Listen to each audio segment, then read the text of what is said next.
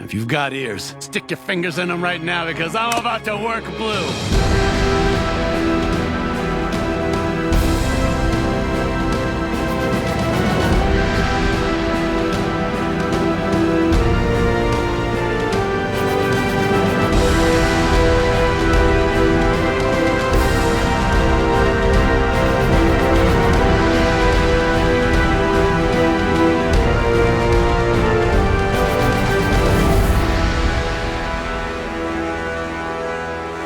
Welcome, Gothamites, to another episode of the Arkham Sessions. My name is Brian Ward. With me, as always, is the psychologist to the superheroes, superheroines, and supervillains of Gotham City and beyond. She's Dr. Drea Letamendi. Hello, Drea. Hi, Brian.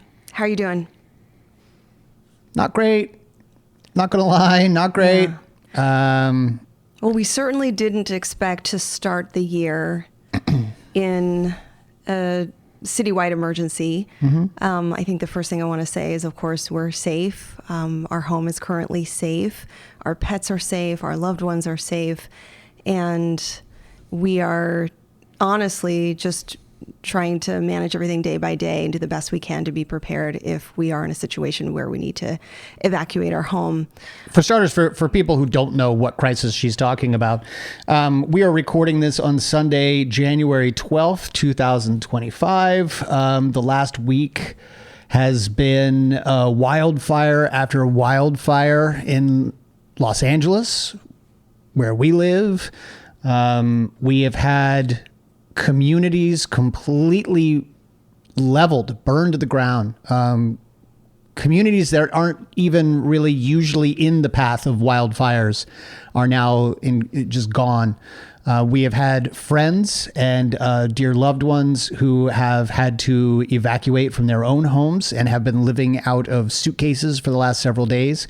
As you mentioned, Drea, you and I have not had to evacuate. We're not in imminent danger as of now, but at any given moment, it feels like there could be 2 fires or 9 fires around us at any time. So, the Santa Ana winds are about to pick up again in the next couple of days. So things could get even worse, even as they seem to be not necessarily getting better, but plateauing at the moment. Right. And for folks who don't live in Los Angeles and are wondering how and why so many communities are impacted, you named one really serious reason that these wildfires have spread into residential areas, but also there are multiple fires across town. We have one to the east of us. We have one to the south and west of us. There was one kind of approaching the area that we call home, broadly speaking. So I'm not exaggerating when I say that if you went onto the app that everyone is glued to right now, there was literally, at one point a couple of days ago, there were literally 11 fires just in our vicinity. Mm-hmm. Right. And we're not out of the crisis. For folks who live in Los Angeles and are struggling right now, our hearts are with you. Certainly, we have not recorded a podcast in more than a couple of weeks, so we are off schedule. I know that many LA-based podcasts are managing their schedules and delaying their episodes and so forth. What we ask of folks who aren't local to Los Angeles is please have a lot of grace for us.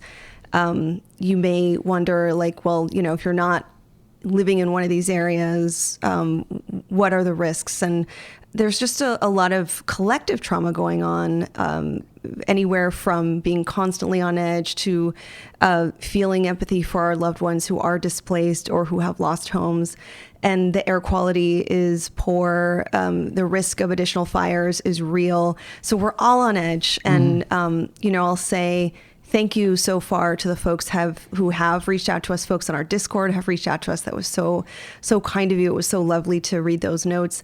And also, we didn't know quite when to record an episode. And, I just want to say that we're in a headspace to do this today. For folks who maybe are new to the show, we are a show about mental health and well-being, trauma psychology, relationship psychology, social psychology, all of those topics. But we do try to have a very positive lens. We try to have a positive lean, and actually we consider ourselves a podcast that's more kind of in the entertainment area too, because we look at media, we look at those story narratives, and we just kind of try to have fun. So our show today is not going to be about anything about this topic as far as disaster recovery and psychology. But if we're not the same Drea and Brian that, yes, please that you're know, used to, please know that we're a little distracted. And also, I just want to thank folks who continue to listen. Thank you for sticking with us, even though we're off schedule. Please continue to listen to your LA-based podcasts. We do this because we love doing this, and we have the ability to be in our studio to do this, and that's not the case for everybody. So thank you so much for your understanding, your grace. Know that people react to these things in very different ways. Some folks are bewildered and numb. Some folks are very stressed out. Some folks react to this with a proactive approach, just kind of like, what can I do? Where can I help? And we do have options for that. We do. Yeah, the reason that we decided today was the day to actually sit down and have what will likely be a lighthearted-ish conversation about Harley Quinn, the TV series, was the decision to donate. And that's what we're going to do. Every penny that we make on our Patreon, patreon.com/Arkham Sessions, every penny that we make on our TeePublic, where you can get Arkham Sessions t-shirts and merchandise and all of that, through the end of February, will be going 100% to two different organizations. One of them is the American Red Cross, which is obviously known for its support of people and families and communities in need. And then the other is one that Drea specifically picked out, and that is Pasadena Humane. For those who don't know, the Altadena fire is located right next door to Pasadena. And so many animals, whether they be pets or whether they be wild animals, because we're talking about mountainous ranges and lots of brush and forestry up in there, beautiful trails to hike and all of that. Animals are being displaced, are being, found in need of water and shelter and food and medicine. And so we are going to be donating 50% of all the proceeds from our Patreon and from our TeePublic between now and the end of February to these two organizations. So please come chip in, even if you only decide to stay for a month at our Patreon, or buy a single t-shirt or mug from our TeePublic. It will help those in need. So please, we encourage you to come and do that. In the meantime, Drea, we've got our bug out bags by the door. Yep. We've got our most important needs and possessions, ready to leave at any given moment. Should we be giving an evacuation notice, which we're not anticipating? However, I am anticipating a lot of helicopter traffic above us, and that's just not something that we can edit out of the show. So these helicopters are dumping water and other chemical flame retardants over these massive fires. So if you hear constant barrages of helicopters, please know that they're doing good things for us in the community here in Los Angeles. So that being said, let's move on to our more lighthearted conversation. We are, of course, still covering the Harley Quinn TV series, which you can see on Max, and we are looking at the episode You're a Damn Good Cop, Jim Gordon. And of course, by that title, you can guess we are going to be talking about one of my favorite characters in the Gotham City universe, a man that I have no idea how he's keeping it together. And in this particular incarnation, He's not. No. But it'll be a good episode as we talk about Jim and Batman and their relationship. And, of course, his relationship with a new pal. Kind of a throwback to something we've seen on previous episodes of Batman the Animated Series. Drea, let's talk about You're a Damn Good Cop, Jim Gordon. Let's do it. Well, let's start out with the beginning of the episode. A heist has, of course, taken place. Harley Quinn and her gang, Sans, Poison Ivy, have robbed a local museum of King Tut's tomb, specifically to use as a coffee table / ottoman. And it doesn't take long before that's completely wrecked in the apartment or in the their new headquarters. Their new headquarters. They're now, which is the mall, located in a decrepit mall. Yep. And that's their lair. Yeah. I do want to say, and by the way, the broader goal that Harley has is to be welcomed into the Legion of Doom. Yes.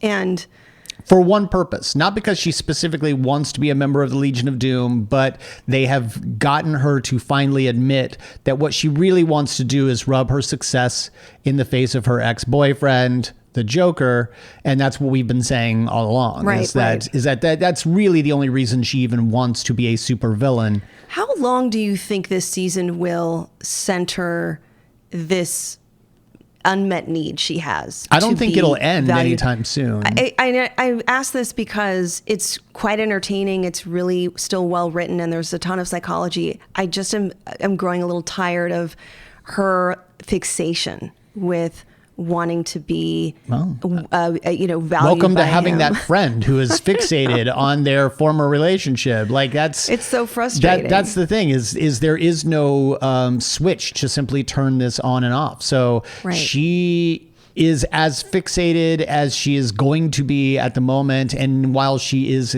of course, having breakthroughs, she's not necessarily going to just flip off those emotions. You have the really good or the bad. earned your honorary psych degree, because I think I needed that reminder. It comes from 10 years of having done this show with you. That's a good point. We're growing a little frustrated with this obsession to be seen in a good light by the Joker. And a lot of what she does is to seek that appreciation. Mm-hmm. And, underneath that, there's probably a need to be loved by him. And we know that he doesn't have the emotional capacity to do that. So it seems, I think, especially for Poison Ivy, who's counseled her on this, it seems like a goal that is just unachievable. Yeah. They decide that the one way that they can ensure that they earn a spot as a nominee for inclusion into this, I guess, prestigious society of supervillains would be to rob Bruce Wayne. She's not necessarily wrong. He's the shining sun of Gotham City. So they decide to go to Wayne Tower and pull a heist that ends up taking some very experimental tech from the building. And the bat signal goes off. Batman, of course, goes to see Jim Gordon on top of the GCPD. And he assumes that this is about the heist so that he can get additional information, etc. And it turns out that Jim really just wants to talk about his marriage, which is falling apart. Their love life is not what he hopes it would be. She is disgusted by him. She will not touch him. She does not want to talk to him. And of course, when you see Jim Gordon, you kind of know why. He is ragged. Gotham City has destroyed this man, as I think it sure. would most people in a position of power who's trying to keep the city together. There is a moral decay, a physical deterioration, but is this man fit for duty? anybody. No. And I know it's Gotham City, so there aren't these additional checks. He may be the most appropriate person to be in this position given. Here's why the he's not. situation. He's not even thinking about the job right now. Yeah. Which is why he should not be doing the job right now. He is so emotionally compromised by his own home life. There is no balance between work and life. It's just how devastating his life is. And when Batman sort of berates him for the incorrect use of the bat signal and literally takes the bat off of the giant light, he gets angry about it and realizes, oh, Batman's not my friend, because Batman keeps reminding him, we are not friends, Jim. Right. We're colleagues. And What do you make of that? Because since the animated series, which was an early 90s show, these two have been in this collegial relationship for sure. But there are some stories where, because of what they've gone through and because of their shared mission, they're quite close. Yeah. And I would even argue, aside from Alfred, this is somebody who knows, I mean, certainly in this incarnation, he doesn't know Bruce Wayne.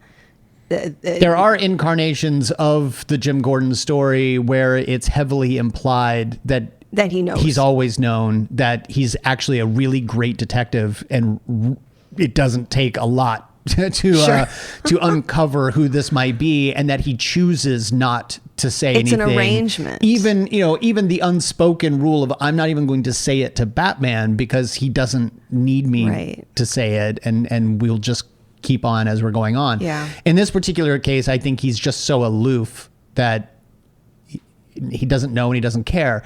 Are you asking how I feel? You mean Batman doesn't care? Oh, no, that Jim doesn't know or care who Batman is because he's not even really thinking about who Batman might be at this point.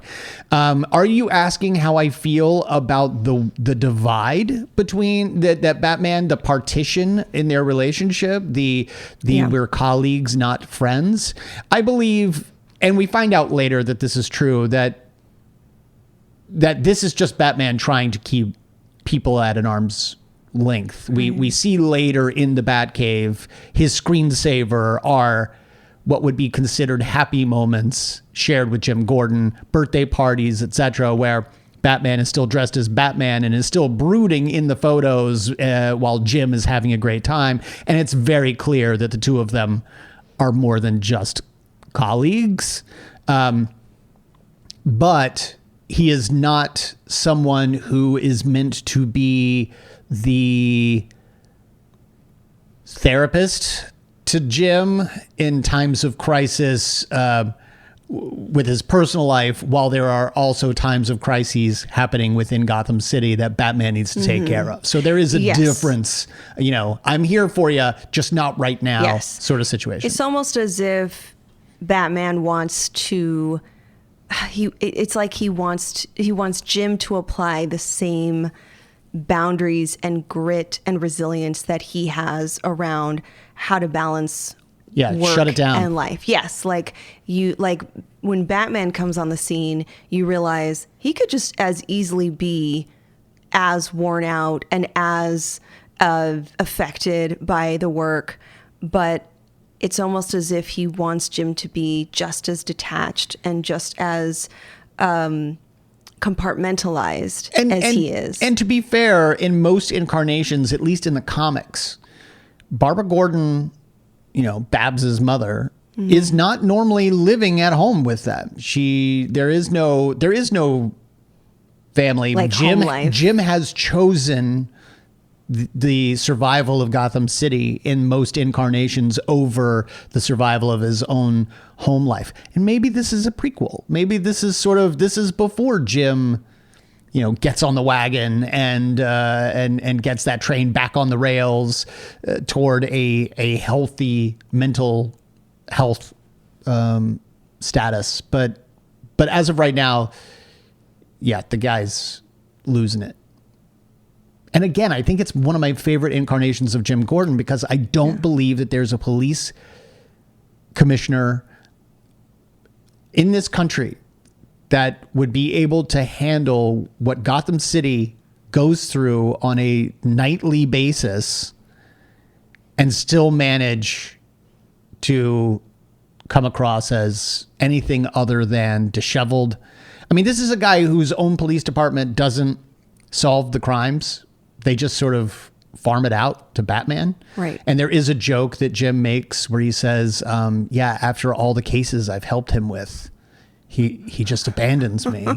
and you realize, the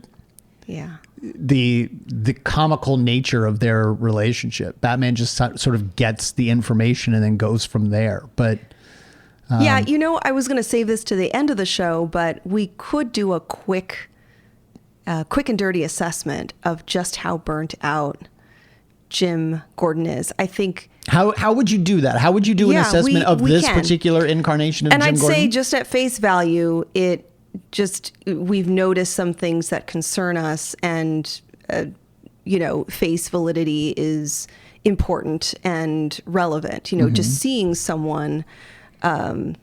We used to use the phrase in social work, tore up from the floor up.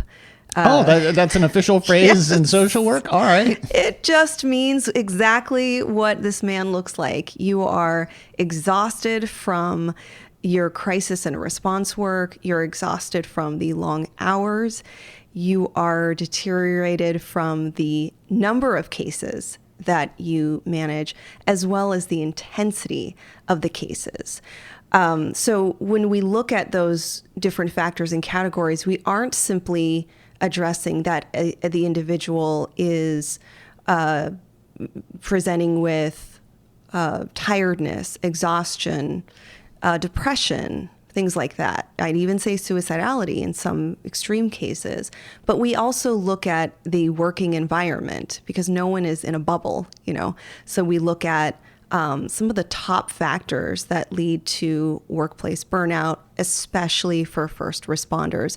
And by the way, I'm pulling from the research and the work that I do as a consultant and as a trainer, specifically for humanitarian workers, social workers, other counselors, and first responders.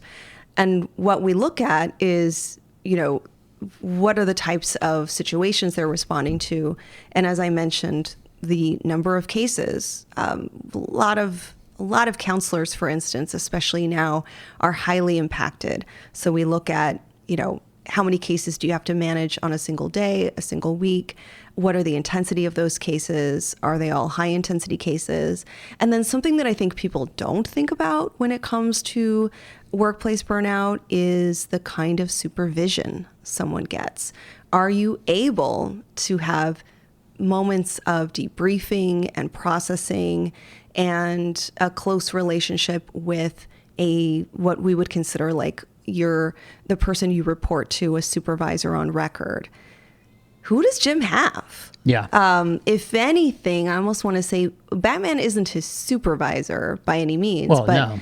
But he is someone they report indirectly. To. Yeah, Bruce Wayne probably owns that police department in some way, shape, or form. So they kind of they report to each other.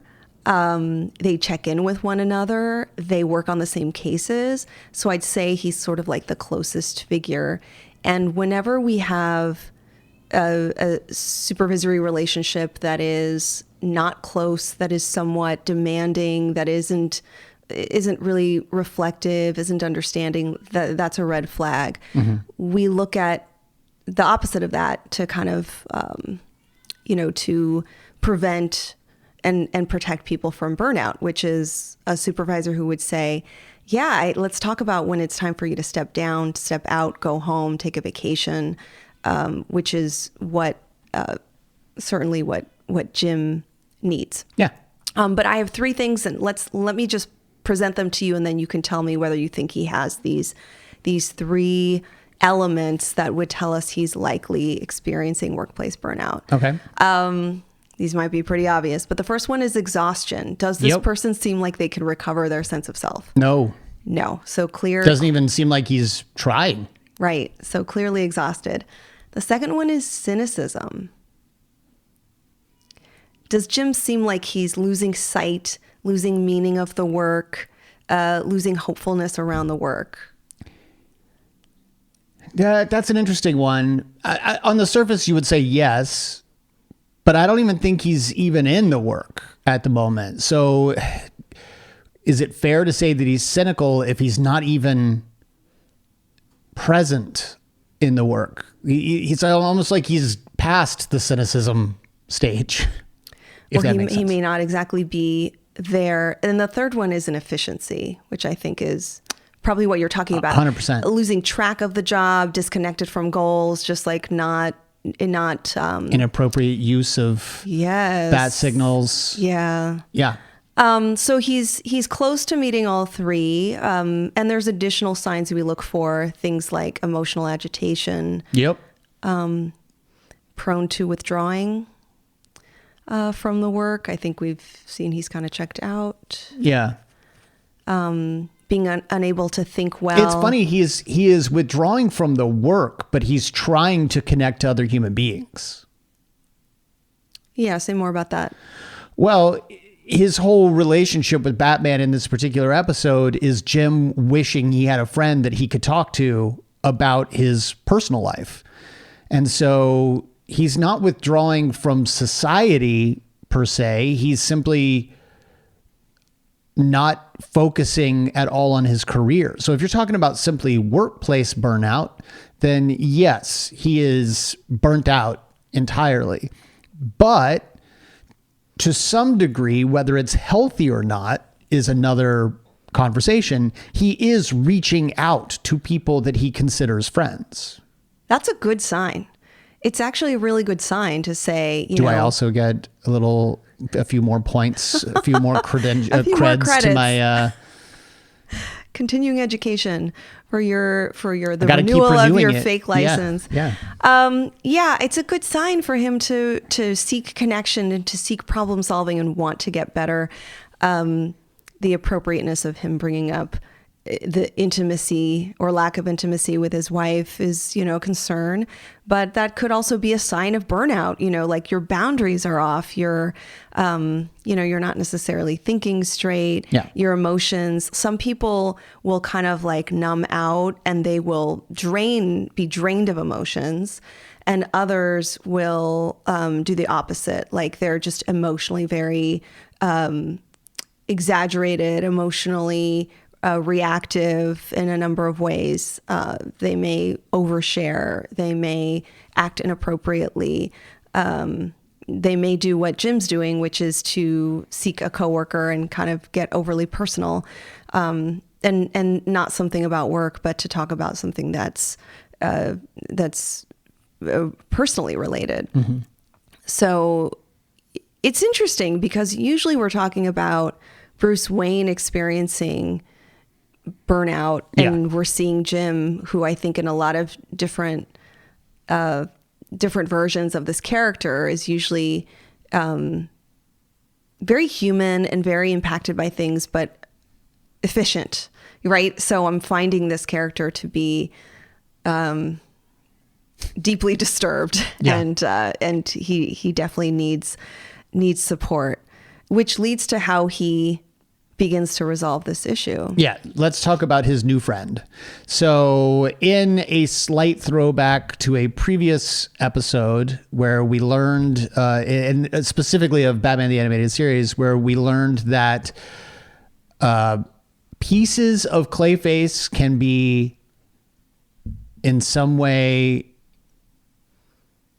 they can have their own sentience if they're away from him for too long. During the heist, he loses, his right hand basically from his right forearm down.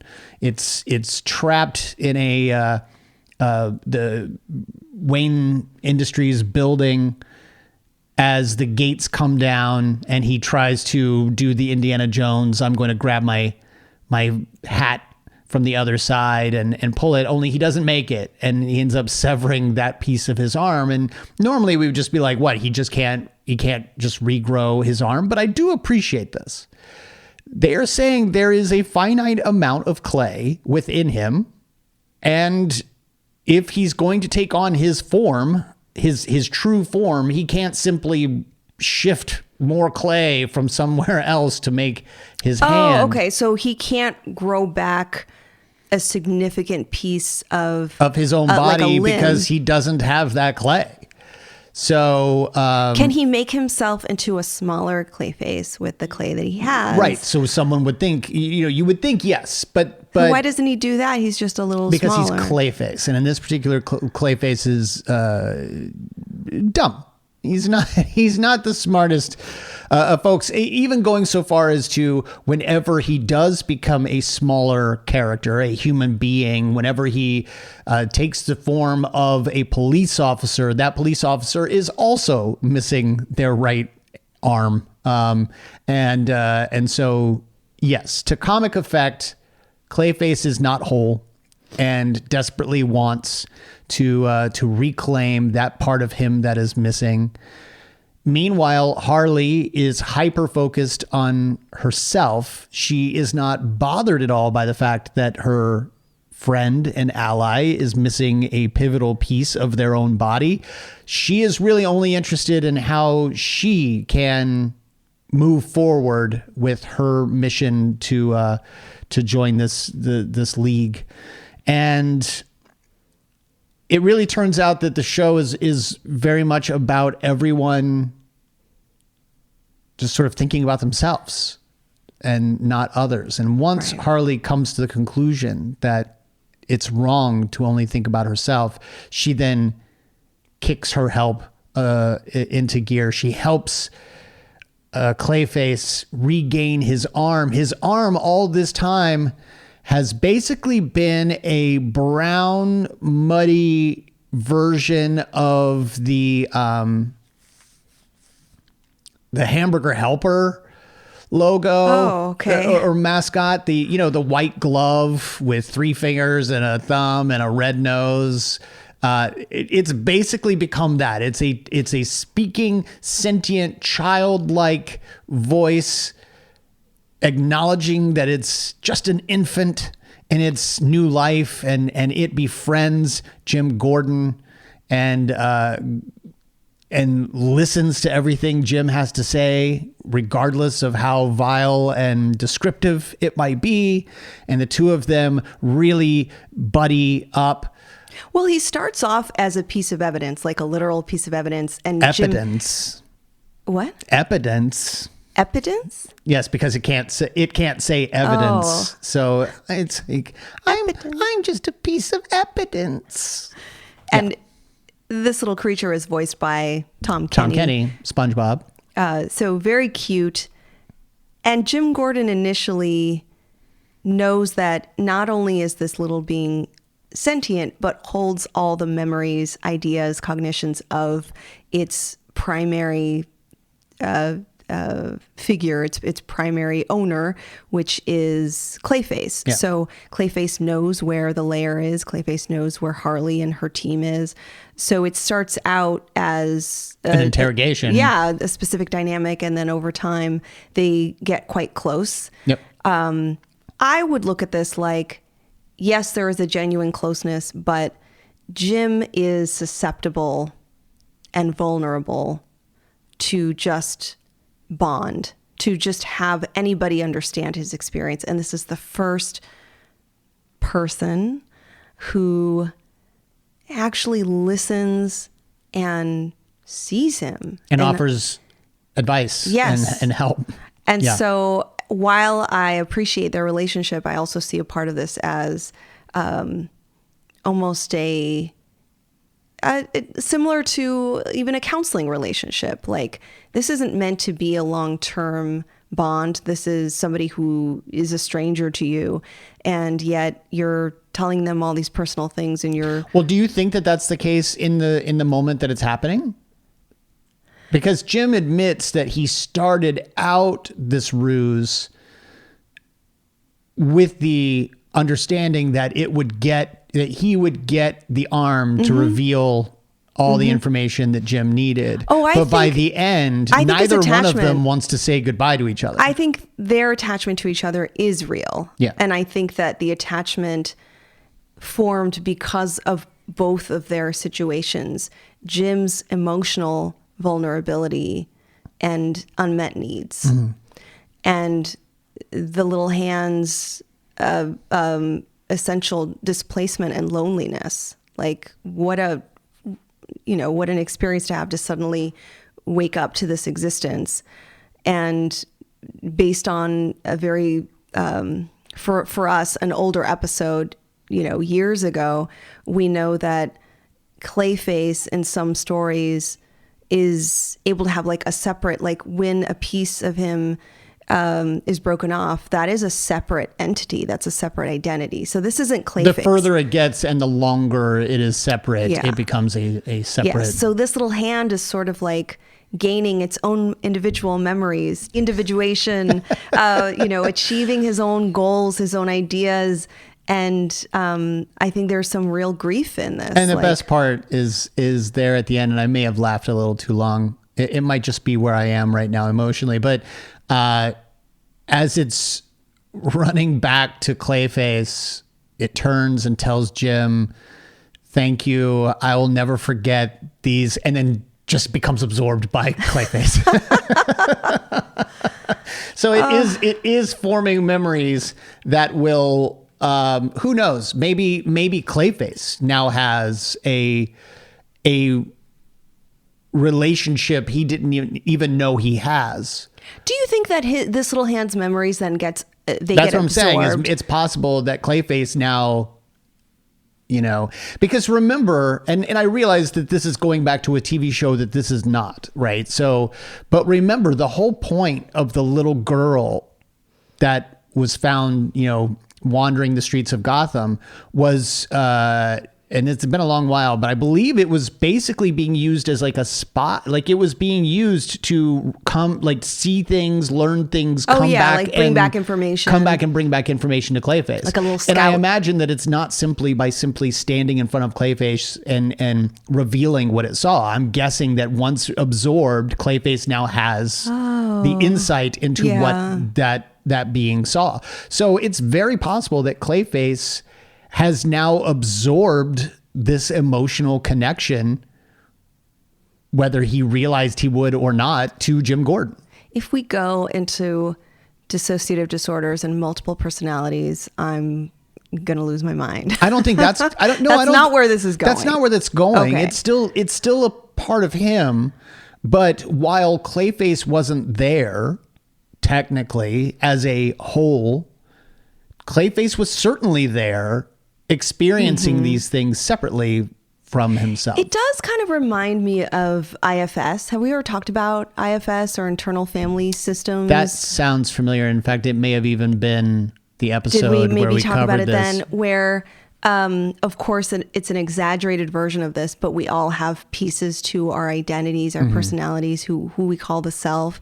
And so each of us has this little hand creature that on its own might have specific wishes and desires and ideas and memories. This is not to say it's a separate identity, not like multiple personalities, but a facet of our identities.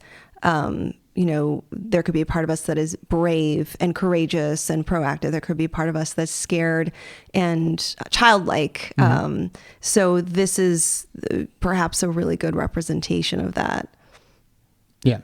And all sorts of different, I just named 2 examples of like different facets. But the idea is that there are many facets to our personalities, and any one of them could be separate from the others at any given moment. Yeah. Or focused on more than any other. Yeah. Very, very, very possible. And then certainly we could talk about Harley a little bit, but Harley is essentially Harley. She's not really making any progress until the end, when she realizes that she has used this opportunity solely for her own benefit. And once she realizes that a new family member of hers is in need, she kicks it into gear. So she is making progress to that degree. How much of that will carry over to the next episode, we don't know. But I have a feeling that what the writers are doing, whether consciously or not, are replacing those moments or those feelings of attachment to Joker with other feelings of attachment to other people as we go. And the more and more that, come into play as we see them happen, the less and less Joker will be her driving And it force. helps to adjust her attachment style as well. What is it like to be in a relationship with someone who is loyal, with someone who's genuine, doesn't lie to you, doesn't necessarily see you as less than, as someone they can dominate, control, and gaslight. She needs to kind of relearn what it's like to trust other people. And I would totally agree with you. I think some of her self-centeredness or inability to kind of think about how other people are impacted. There are a couple points where others have let her know, like, you kind of left people behind. Clayface was in a serious personal trauma and you didn't attend to that. And at one point, King Shark was left in prison. prison, and they totally forgot about that. I mean, he's fine. But it's this idea of this protective, guarded self-centeredness being a trauma response from the relationship she had with Joker. You just brought up an interesting parallel to the first episode of this, when she was just left in prison and Joker didn't even think about her. Oh, yeah. And didn't come break her out. She was a tool. She was an instrument to him, and she ended up being arrested and put in prison. Right. And then she forgot about King Shark until someone reminded her that she left someone behind. But then, unlike Joker, she actually took the step to go and break him out. She blows up his cell wall and pulls him out of prison. Right. We can also talk about Dr. Psycho. He is livid over a critic's critique of the team, specifically harsh things said about him. Well, a YouTube influencer. Yes. Is what I would say. Yes, a YouTube influencer, sort of cloaked and masked in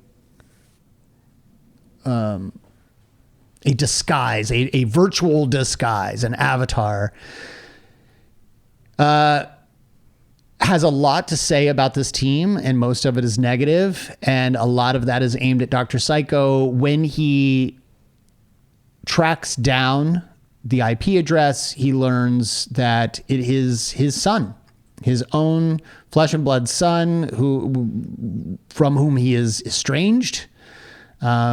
His ex-wife is currently living with another person, and their son, who is very much the I think it's every cliched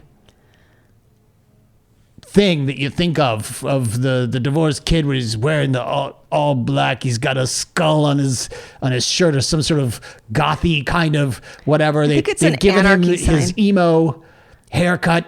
They've given him that look. Yeah, he's a very angsty teen. On the heavy side, they're playing with all of those cliches, the tropes. Yeah. But what I thought was interesting was Dr. Psycho was basically saying that the reason he is such a bad father is because he wants to give the kid as traumatic and emotional childhood as possible so that he becomes the best supervillain he can. And, he wants him to follow in dad's footsteps, and you can't do that without a tragic backstory. And in this case, it was abandonment by my father. And the two of them reveal that they actually love.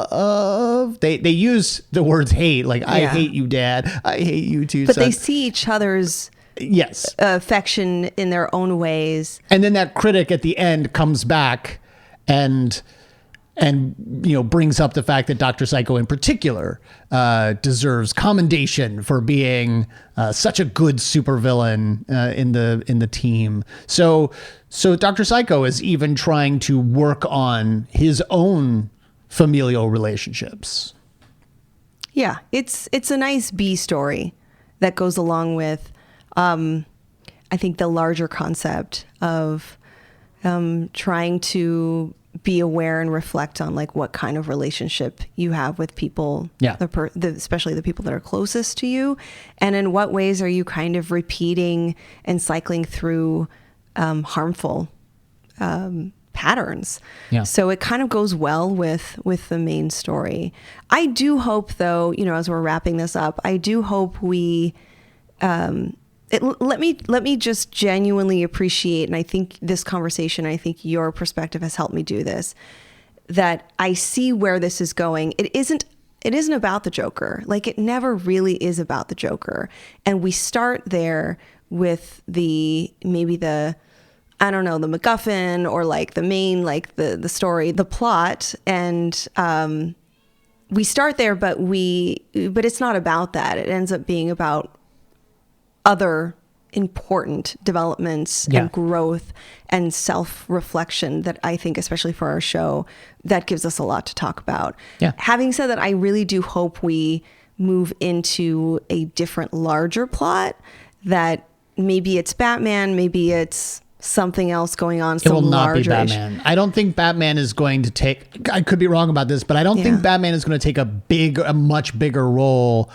Otherwise it becomes a show about Batman. Sure. I think this is going to continue to be Harley's story, and that will come with plenty of references to the Joker, plenty of obsessions that involve getting the Joker back in some way, shape, or form. I think it's going to be a slow process. Mm-hmm. Now, where we end up in season 5 of this show, I have no idea. Sure. But as of right now, I would say to probably expect more of the same throughout the first season of the show. Fair. It might mean that we have to cover season 2. Well, we don't decide what we cover. We don't decide what we cover. I'll tell you how you can decide in a moment. But Drea, you ended up liking this episode? I did. I ended up really liking this episode. Good. Really enjoyable. Plenty to talk about. And certainly I grow more close to the characters, especially Harley. Mm-hmm. But interestingly, I think I'm a little bit more like relating to Poison Ivy, even though she's not always a huge part of each episode. I think she's basically our proxy. She's the normal person looking at this group and just being like, you're all idiots. I'm going to have to come in and help. She's around toxic people. Yeah. Yeah. Drea, why don't you tell the good folks where they can find you online? You can find me on social media at Dr. Drea Psychology. My website is drdreapsychology.com. Speaking of your insights, talking to the listeners now, speaking of your insights, your ideas, your what you want more of, go to the website, leave us a message. We'd love to hear from you. Yeah. And on that website, you can also leave not just an email, but a SpeakPipe voice message, which we can play here on the show, only if you want us to. Otherwise, just talk to us and let us know your thoughts in general. You can find me on Instagram. I am B_Ward028. You can find us both on Instagram as The Arkham Sessions. You can find us on Facebook. Like I said, come join us, patreon.com/Arkham Sessions.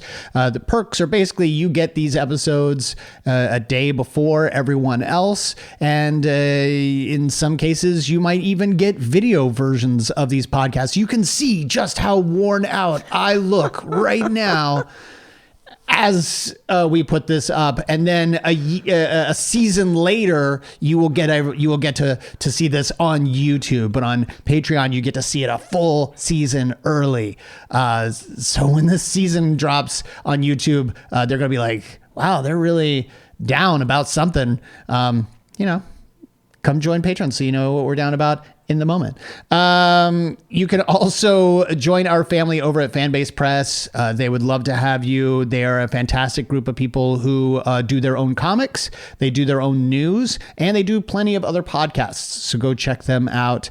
And until next time, I want to thank those patrons who have helped make this episode and all of our episodes possible, starting with Mike Ficklin, Lindsay B., Dr. Jerome Anderson, Antonio Lopez, Kevin Ortel, Hero's Journey Fitness, Todd Stashwick, Trevor Schwartz, Swara Salih, Frank Muller, Mark Pepper, Jamiroquai J, SK, and my father, Carl Ward. Thank you all for all of your contributions and all of your help. Come join patreon.com/Arkham Sessions, and every penny we raise from Patreon and from TeePublic, again, where you can pick up t-shirts, mugs, stickers, whatever you like with our logo and more on them, we will donate to the American Red Cross and to Pasadena Humane for those animals. Till next time, I'm Brian Ward. I'm Dr. Drea Letamendi. And together we are the Arkham Sessions.